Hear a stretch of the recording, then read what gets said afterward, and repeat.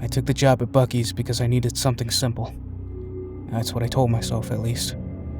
After 14 months of unemployment and a divorce that cost me everything, well, except for a 2011 Tacoma with a cracked windshield, I wasn't in a position to be selective. When I saw the listing for overnight loss prevention at a new location outside Horn, Texas, I applied within the hour. The pay was better than it had any right to be. $26 an hour to sit back in an office and watch security cameras from 11 at night to 7 in the morning. No customer interaction, no register work. Just watch, log, and report. I didn't ask why a gas station needed dedicated overnight security. I didn't ask why the posting had been up for less than a day before they called me. I didn't ask about the turnover rate or the previous employee, and pulled into the parking lot on the largest Buc-ee's I'd ever seen, glowing like a landed spacecraft against a sky full of nothing. The building was enormous, 75,000 square feet, according to the job listing, though, standing in front of it, that number felt conservative. The beaver mascot grinned down from a sign that had to be 40 feet tall, its teeth white and perfect, lit from below by floodlights that made the whole thing look vaguely holy.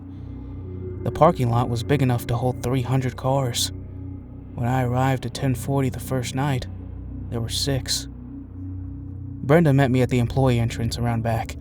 She was the night operations manager, a woman in her 50s with reading glasses on a chain, and the kind of efficiency that made her small talk feel like a waste of her oxygen. She walked me through the back without slowing down.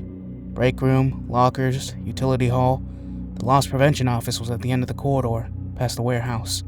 A windowless room with a desk, a chair, and a wall of 12 monitors showing rotating feeds from cameras throughout the store and a parking lot. The loss prevention office was at the end of the corridor, past the warehouse. A windowless room with a desk, a chair, and a wall of 12 monitors showing rotating feeds from cameras throughout the store and parking lot. "You watch the screens," Brenda said.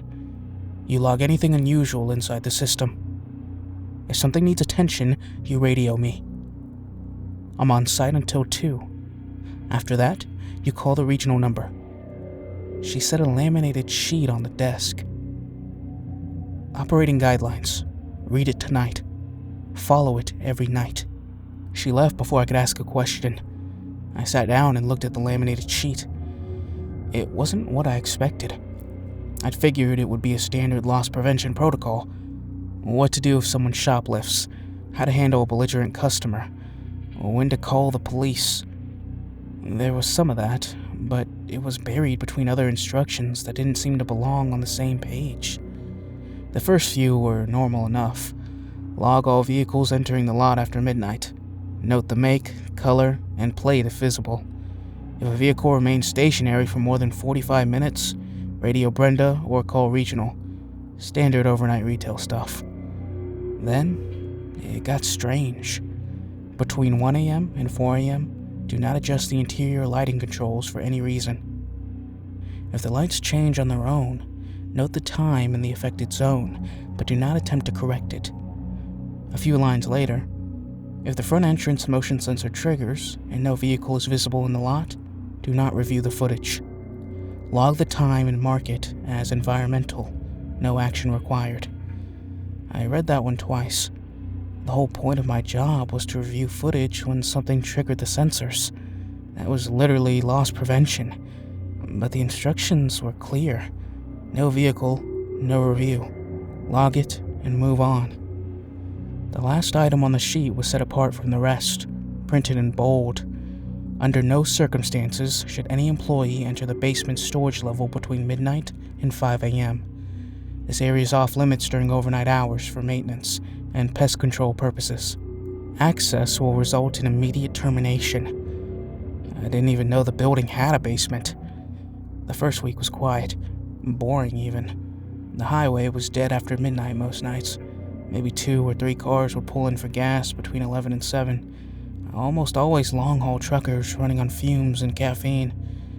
They'd gas up, sometimes come inside for a drink or a bathroom break and leave. I logged their vehicles, watched them on camera, and noted the times. The lights did change though, every night. Somewhere between 2 and 3 in the morning, the fluorescents in the back half of the store would shift, not flicker or even go out, and they'd get warmer. The harsh blue-white retail light would ease into something softer, almost amber-like, as if the building was settling into sleep. It happened gradually enough that I wouldn't have noticed if I hadn't been told to watch for it. I logged the times as instructed and didn't touch the controls. On my 5th night, a sedan pulled in around 1:15, dark blue, Texas plates.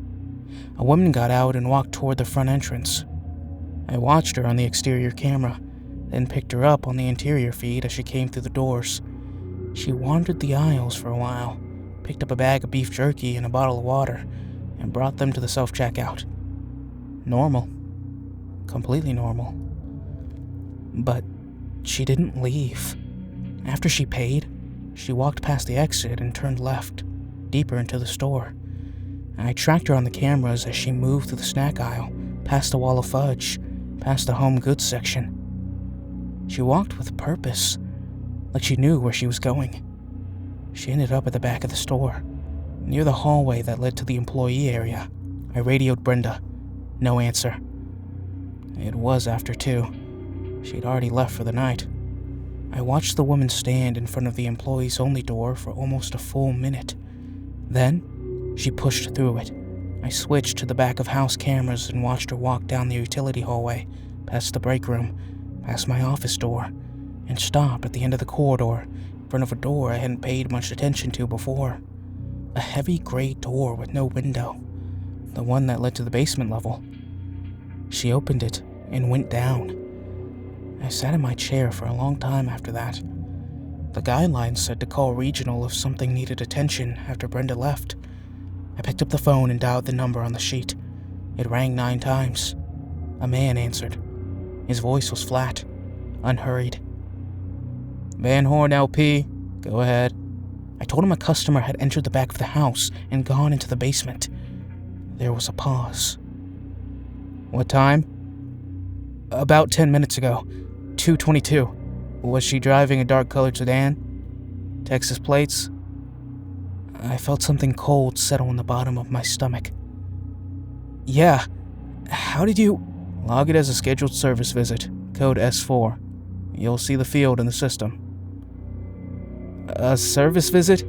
She came through the front door. She bought jerky. Log it as a S4, Caleb. That's the correct code. He hung up. I looked at the logging system and found the drop-down menu I'd never opened. There it was. S4, scheduled service, basement. The field auto-populated with the current date and time. I clicked it and the entry saved. The system didn't ask for any other details. I went back to the cameras. The woman never came back up. I checked the parking lot feed. Her sedan was gone. I rewound the footage. At 2:31, 9 minutes after she'd gone downstairs, the car was just not there anymore. No one had driven it away. One frame it was in the lot, and the next it wasn't. I almost pulled the footage to review frame by frame, but something stopped me.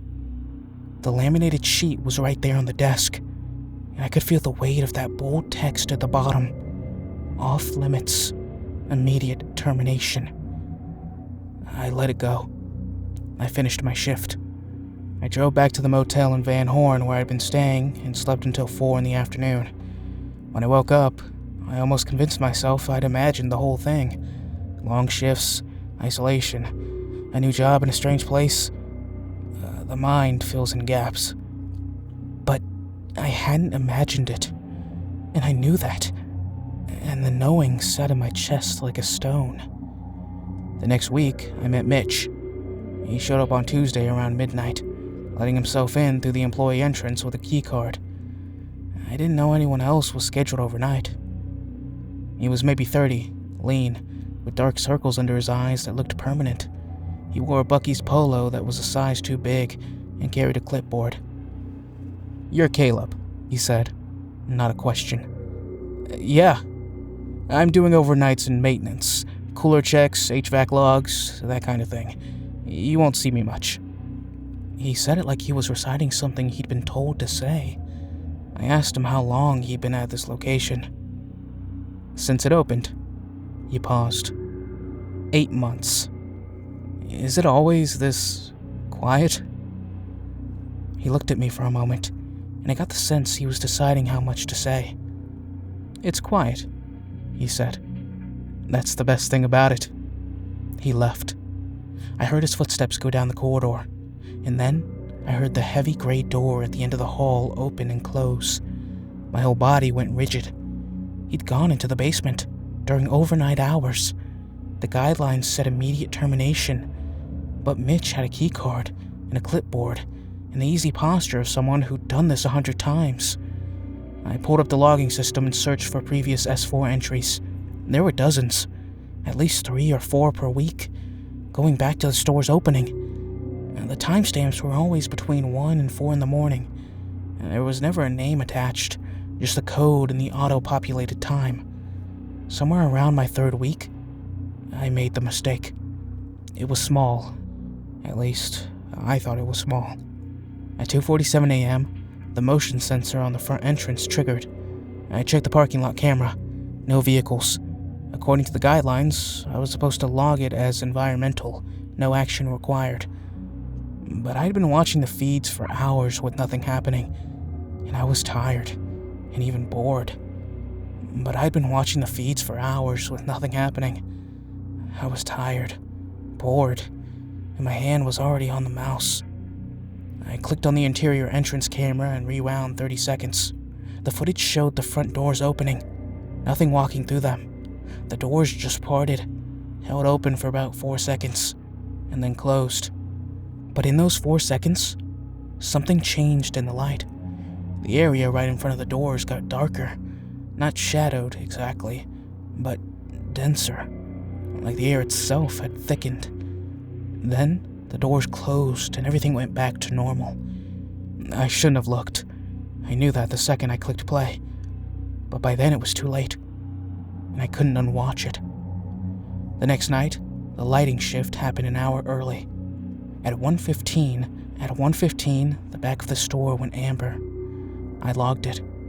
By 1:30, the amber had spread to the middle of the store.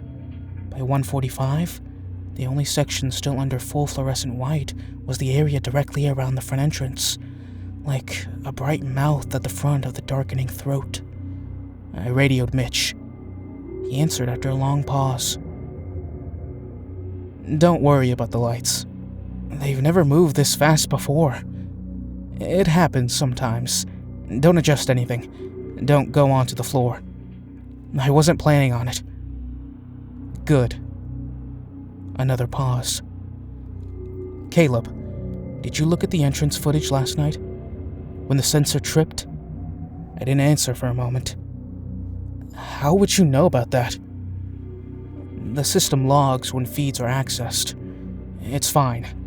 Just don't do it again. He said it the way you'd tell someone not to pet a stray dog. Not angry, almost gentle. Like the consequence wasn't punishment, but something worse.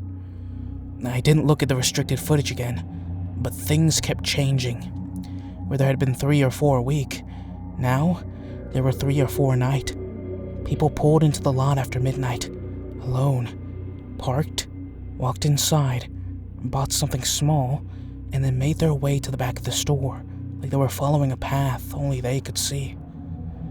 They went through the employee door, then went down to the gray door. They didn't come back up.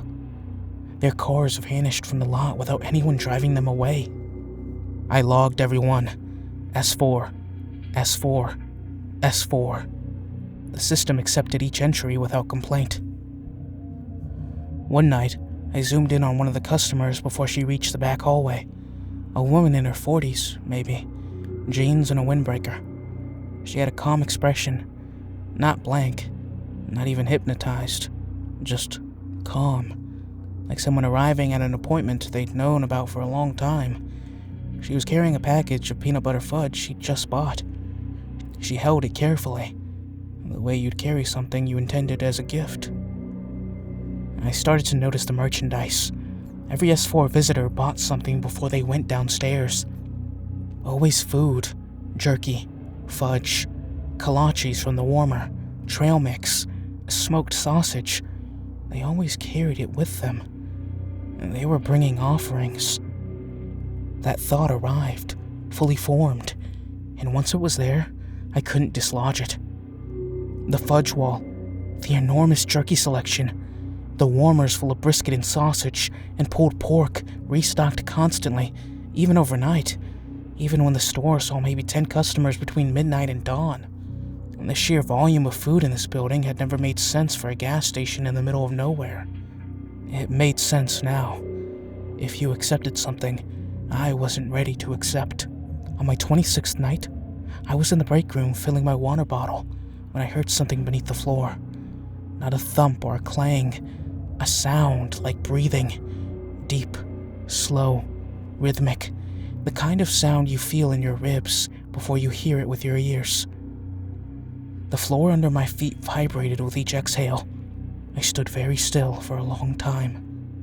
The breathing slowed, then it stopped, and then faintly, from somewhere below, I heard a sound that I could only describe as chewing.